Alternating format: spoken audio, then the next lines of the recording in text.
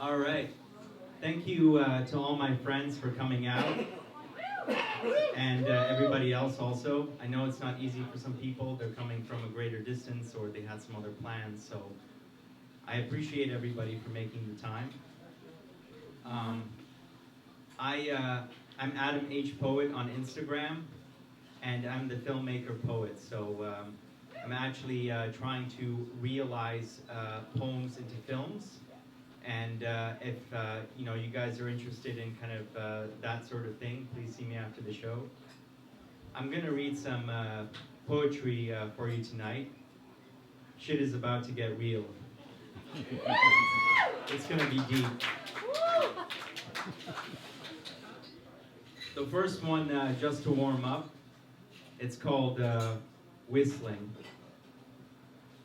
Whistling. Whistling. I seek to find truth in knowledge, a quality in disrepair, a rarity once uttered among the musings of first-class passengers riding the waves that no one remembers. That face you ran your fingers down, the touch bringing xylophone sounds in different notes upon your cheeks as vacuous notions of blue flame resound. But somehow, now, we are the same. Rephrase those nerves in your body that pulsate hate in the name, agonizing shame.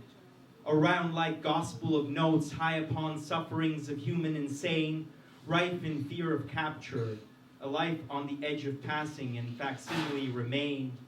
Worse than death of psyche germane, a reality of existence, a surrender of mind, refracture, retrain, be kind. One fell upon us like an apple from jobless trees, malformed by the icicles of frozen decay amidst the high price of weeds.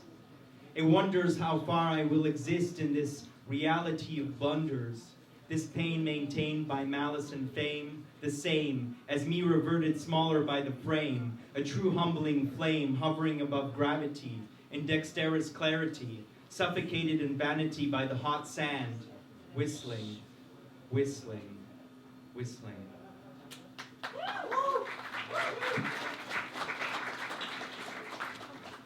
This next one is called What Is a Song for the Flesh and Mind.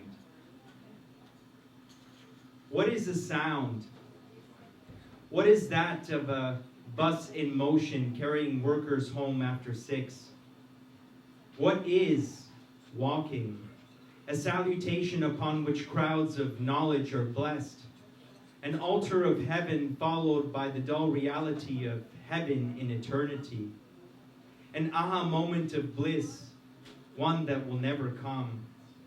Honestly consider false notions of paradise as you consider your face in a mirror. An unexpected turn in the light, something expected, sure. A definition you make in the subjective upon yourself, a norm for you in everyday reality, a slipstream of existence in you, a walk on the red carpet of you, seeing everyone around as admirer or fiend. They are all actors in this game, revealing a sense of shifting reality, the eternal will, one only discerned from fiction by its own causality. A parity of sorts between characters and a pattern of thoughts carried forth in endless striving to exist between some solid promise of suffering and an open realization of insignificance. And we keep coming back to this again and again like a broken record. A song for the flesh and the mind. A song of war making and making love. This song is getting old. Retrain, be kind.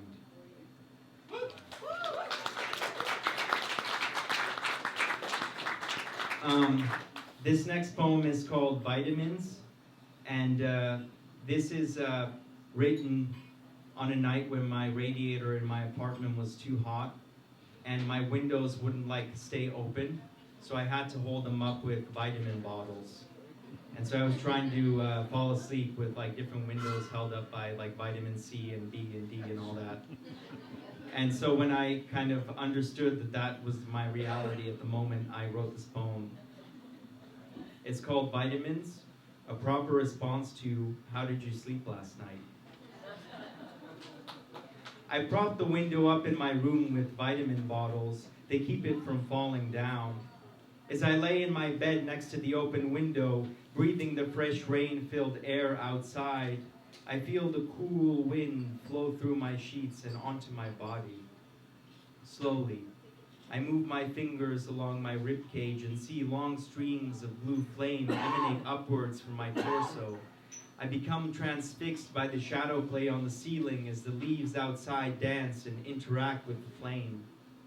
I can hear my heart beating, fast like a metronome inside, every breath pulsing energy to my arms and legs like a stone releasing waves on the surface of water. As I close my eyes, I see train tracks amidst a desolate landscape crowded with refugees carrying 50-pound packs on their backs, waiting for the J train. I visualize a platform covered in a long sheet of ice with floating pockets of water underneath that scatter and crack as the refugees walk upon it. Now I see the train approaching, out of focus, floating in the distance like a boiling mirage getting closer, letting off large ember sparks that start to reflect in the refugees' eyes. I am now standing among them, and they peruse me with amicable suspicion. Some smile, others snare, others wave. We board the train and heat suddenly envelops me. The doors close and there is no turning back. I see the landscape change around me faster and faster, shaking violently, pressing against me. I now wrap my hands around my neck to feel the pulse. I squeeze a bit tighter and it feels good. Continuing to squeeze and let go, enjoying how the pressure builds and releases.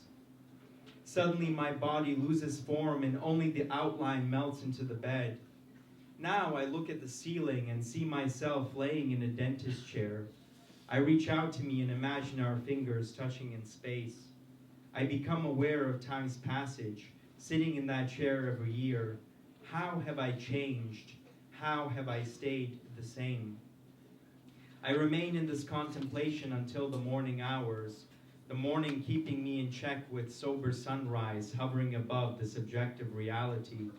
The last night frozen in dust bowl memory, another vestige put upon the mantle of bliss as I now weep tears of cold sand that devour me. The road to harvest, beset by the iniquities of ego and self-doubt, of pleasure held in small deaths and sacred dances, of manufactured consent to the whim of fragile existence.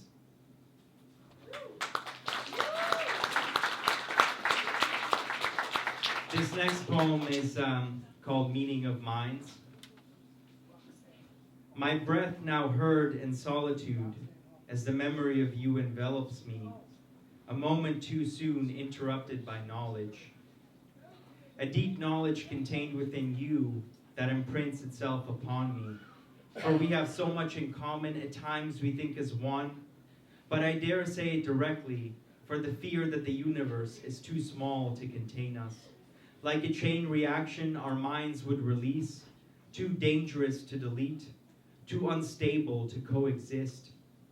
I hate myself for being so much into your mind, something unnoticed in previous years, a fear of knowing you too close and having you too far again at the same time.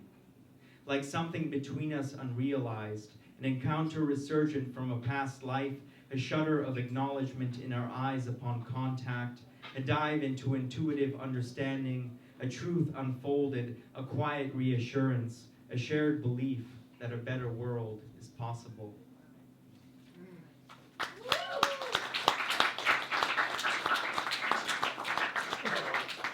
This next poem is called This Morning I. This morning I wrote about all the things that make me angry, insightful into all the things that I was facing, truly unruly in my being like an epaulette detailing the victories of past sin.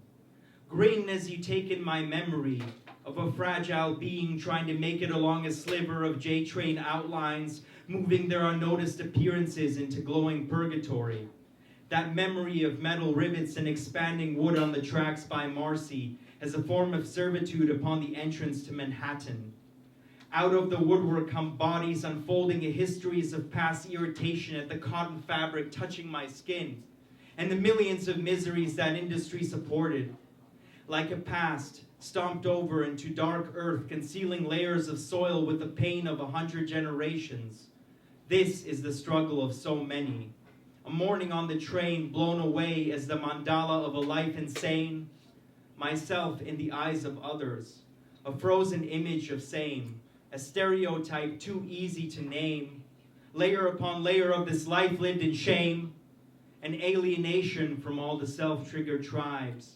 A breakfast of alien eggs nestled within the fragile film of lies.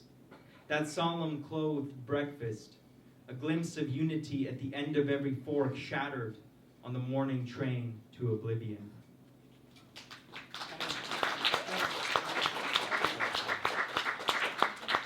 And I'll read you my last poem. It's called I Whispered. I whispered into her incision, the festering wound birthing life on repeat. Last parted ways without appeasement for others in a portrait of civility burning round the edges of self-control. Apparent and swelled so strong in the regret of morning footsteps attuned to sunlight tides. Upon the street hovered by jays in constant flow across the bridge. Train sounds strong and weak like currents of tracks marking my body in quiet ecstasies as I lay under its constant passage. Pushing against our own sinister. A reality borrowed in illusions of smiles becoming wrinkles around the eyes. The infectious rust forming upon the green riveted paint as a dissolution of dreams. This world coming apart at the seams. Songs of joy reverberated into patterns of bums with their hands out in search of their next comfort and fixation. Interwoven in emotion looked upon shamefully by the you in 10 years, watching from the tall balcony of regret, the unbroken judgment, the decaying flow of passengers to and from work collapsing within the arteries of the city as heaps of junk line the streets and tumble with the musings of the wind. That spit in your face, that brass knuckle in your ribcage, that homeless bum calling you a fag as you pass by, that threat of "I will kill you" repeated in your face amidst the reality suddenly come to life. You are alone in this town, truly alone. And once you realize how good you are at dealing with it, how good you've become at bouncing things off, at fortifying your own skin, at superbly managing your life to make room for every impossibility and danger, when you suddenly recall a memory from every 5 blocks you traverse, then you are part of the city like a ghost, whistling the eternal song of energies through the heart machine. Always be ready. Thank you.